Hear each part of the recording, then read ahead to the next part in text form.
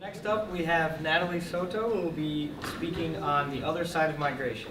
Natali is a senior in CSOM, concentrating in economics. Last summer, she received an advanced study grant to conduct immigration research in Guatemala. As a junior, she interned at Boston College Law School's post-deportation project and at the Political Asylum/Immigration Representation nonprofit in Boston. Natali plans on pursuing a career in immigration law. Please welcome Natali. Good evening, everyone. Thank you so much for coming out. And Pat, thank you for the lovely introduction. So my project is titled The Other Side of Migration, Migration Effects on Family Stability and Well-Being. So some of you guys are probably asking, what is a business major doing studying immigration? What does that have anything to do with what I'm studying? Well, both of my parents are immigrants from the Dominican Republic. So middle school, elementary school, I was always very interested in immigration issues. When I first came to Boston College, I sought out different internship opportunities, research opportunities, specifically on immigration. So to give you an overview of what I will be talking about today, I'll be going over some migration patterns, the overall human rights and migration project that I was lucky enough to be a part of, participatory action research, which is the type of research that I was doing, and lastly, migration effects on family stability. So throughout the PowerPoint, you'll see different pictures. I won't talk about them specifically. For confidentiality reasons, I'm not allowed to talk about the names or talk too much about the participants in the pictures, but they're just to give you a general idea of what the community was like, what the clothing was like for some of the different members that I interviewed. So overall migration patterns. It fluctuates tremendously depending on the situation, the economic situation in Guatemala and the United States. So for example, when the United States in 2008 was going through a recession, we saw a significant decrease in the number of Mayan Guatemalans that were migrating to the United States. However, as of late, there is a significant increase in the amount of women and young men migrating to the United States. Why is that? Well, the migration process is a lot less dangerous now than it was 10 years ago. So right now, I would say about 1 out of 4 parents in the region of Zacualpa, which I'll talk about in a second, are migrating to the United States. Areas not only in California, which a lot of people automatically think of, but South Carolina, North Carolina, some even in Chicago, and a lot in New England. So what does this mean now that more women are migrating to the United States? This means that a lot of parents are leaving behind their children. The migration process is extremely, extremely dangerous for these children. So when these mothers and these fathers leave to the United States, they leave their children with their grandparents. The plan, for the most part, is to go to the United States, find jobs that they are unable to, unfortunately, find jobs in Zacualpa, go to the United States, 4 to 5 years, 6 to 7 years, find a stable job while sending money back to their families, and then from there on either send their kids to the United States or move back, which is the ultimate dream. However, as you guys will see later on in the presentation, that's unfortunately not always the case.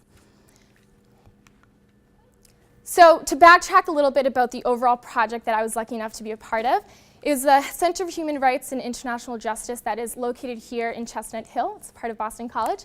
Specifically, I was with the Human Rights and Migration Project. I received an advanced study grant through the university fellowships in the Center for Human Rights and International Justice to continue collaborating on this project. It is an ongoing collaboration with the Holy Spirit Diocese of Zacualpa. Zacualpa is a municipality of the Quiché region in Guatemala, which you can see here highlighted in red. It's a pretty large region in Guatemala. Most predominantly, the population are Quiché Mayans, which is a subgroup of the Mayan group's ethnic group in Guatemala, which you'll be able to see with the pictures. It is a very rural and very impoverished area, which is why a lot of them seek work elsewhere, either in Mexico or the United States. So what exactly is participatory action research? I have to mention this because a lot of times, especially with immigration, a lot of foreigners go to the country, Guatemala for this example, get all their research, talk to the family members, sometimes even scare the family members, come back to the United States, write a thesis, write a dissertation, publish a ton of articles. Where does that leave the family members? Where does that leave the community members that have given all of this information and they've gotten nothing in return? Well, participatory action research and community psychology is a collaborative effort with the community. So I was lucky enough to be a part of a 2-week workshop with my professor, Professor Brinting Likes. We worked with local Mayan community members to find the root of the problem. Why is it that all these members are leaving to the United States. What can we do about it? How is it affecting the parents and the grandparents and the children that are staying back home? Some of the topics that we covered were violence, migration, and extreme poverty. So part of this participatory action research is giving back to the community, like I said. I was a part of the lead team for women empowerment workshops. What does this mean exactly? The Mayan ethnic group is a very reserved group. Very rarely do they talk about their feelings. It is very rare for someone to ask them, how are you feeling today? You know, how was work today? Are your hands hurting? How are you feeling emotionally? So these women empowerment workshops allow them a safe space to talk with some of their peers, some of their community members, about how they're feeling physically and emotionally. We were working with the communities of El Tablón y Arinquín, which are two smaller communities outside of the Zacualpa municipality. This picture right here is a picture of a community drawing. We asked the women to draw their community rather than ask them, how do you feel about your community?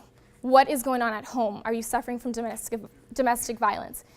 Since they're very hesitant to talk about that because of their reserved culture, we had them draw it instead. And from there, from different conversations, very long conversations, very private and confidential conversations, we were able to get some of the problems that they were experiencing back home. Just a quick little side note, we also did basket weaving in order to give these women a smaller source of income. And at the end of every workshop, we would do healing exercise, just a little token of our appreciation, give them something back so that they can do at home. So we would do exercise with our hands, breathing exercises, exercise with our shoulders, just some sort of way to help these women release some of the stress that they were enduring. So now to go a little bit into my research, this family here is one of the few families that let me take a picture of them during the interview. This great-grandmother was actually 87 and not only raising 6 of her grandchildren, but 3 of her great-grandkids as well. So my overall question is, what are the social, economic, and emotional effects migration has on Mayan grandparents who raise their grandchildren whose parents have migrated to the United States? With an interpreter, I am Latin and I do speak Spanish, and sometimes I even look Guatemalan, but I was still an extreme foreigner to their culture. If I were to just walk in and say, I need all this information for you so I can go back and do a BCTalks, they would automatically shut down and give me no information. So the women empowerment workshops allowed me to get closer to these grandmothers, but I still had to have an interpreter there to interpret the Quiche language to Spanish, but also to give them a source of comfort when I was there. I interviewed 6 grandparents and 1 great-grandparent. 4 of them were female and 2 of them were male.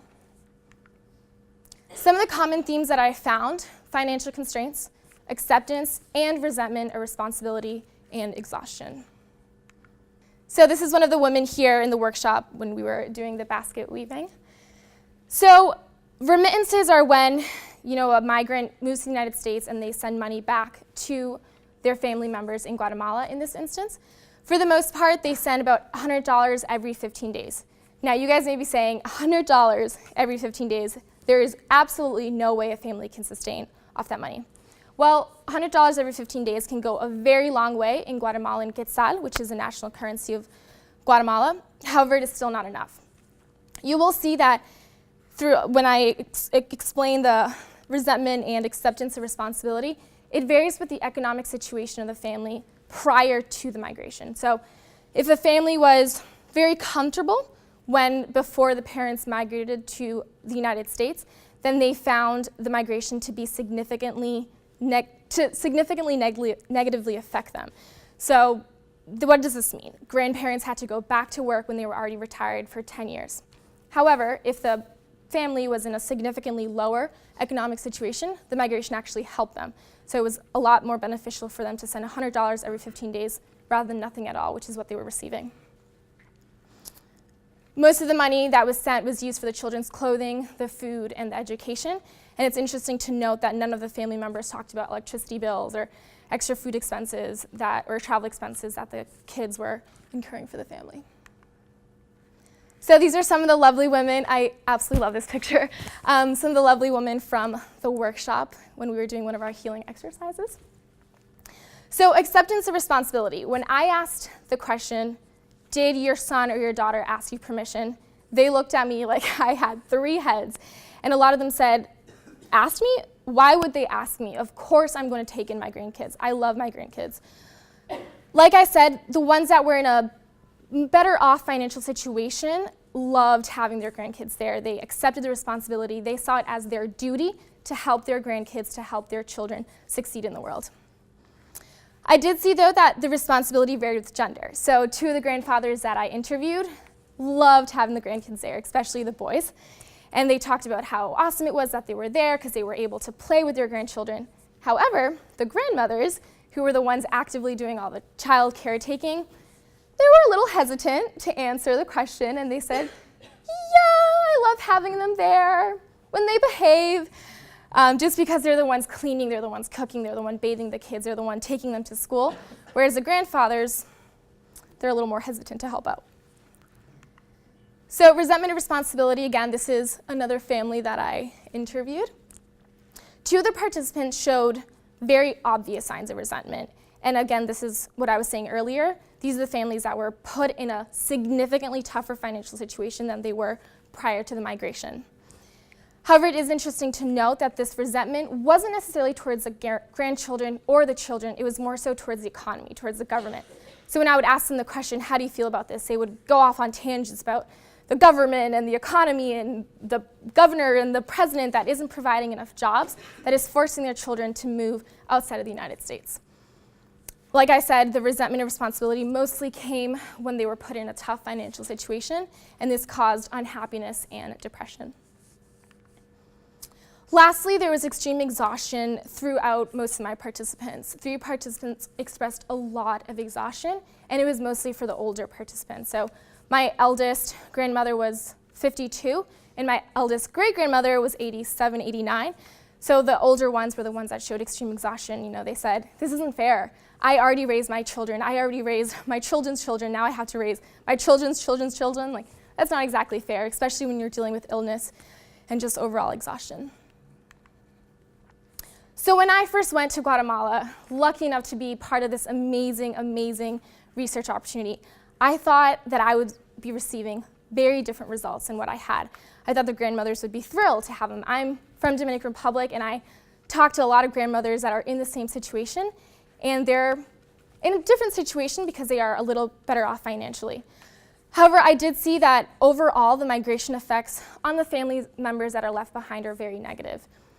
Overall exhaustion, like I said, resentment towards the government or the economy, or sometimes even the grandchildren if they're misbehaving tremendously. The significant financial burden that they are in, just to recap and explain a little more, when the grandparents were in a very stable financial situation, after the migration they were put in a worse financial situation. They showed extreme signs of resentment, like I mentioned. However, when they were in a not so great financial situation, the migration happened, they were actually receiving money, they were a lot happier with the results. I can't speak too much on the effects of children, but one of my team members that went down with me focused her attention on children, and she talked about the resentment and some of the abandonment issues that these children were enduring.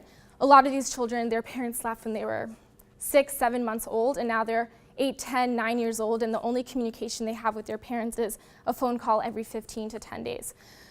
So overall, negative effects on the children, negative effects on the family. Unfortunately, I was very sad to see some of these results because I focus a lot of my energy, a lot of my research on immigration and how great it is for these family members. But unfortunately for this community, the effects that it's bringing back home are not so great.